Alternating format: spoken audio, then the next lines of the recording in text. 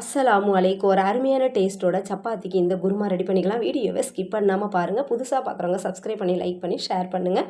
குக்கரில் ஒரு 3 ஸ்பூன் அளவுக்கு ஆயிலும் சேர்த்துட்டு பட்டை, கிராம்பு, ஏலக்காய், கல்பாசி, பிரியாணி இலையெல்லாம் சேர்த்துட்டு ஸ்லைஸாக கட் பண்ண 2 பல்லாரி வெங்காயம் சேர்த்துக்கலாம்.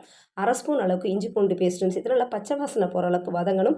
பெரிய சைஸில் ஒரு தக்காளியை கட் பண்ணி சேர்த்துட்டு தக்காளியும் கொஞ்சம் நேரம் வதங்கினதுக்கப்புறம் 1 ஸ்பூன் அளவுக்கு மிளகாய்த்தூள், 1/2 ஸ்பூன் அளவுக்கு மிளகுத்தூள், ஜீரகத்தூள், 1 ஸ்பூன் அளவுக்கு மல்லித்தூளும் சேர்த்துட்டு பொடிசாக கட் பண்ணி வச்சுருக்க கேரட், உருளைக்கிழங்கும் சேர்த்துட்டு பச்சை மிளகாய், ஒரு கைப்பிடி அளவு புதினா, மல்லித்தழையும் சேர்த்து தேவைக்கேற்ற உப்பும் சேர்த்து எல்லாமே எண்ணெயிலேயே நல்லா வதங்கணும்.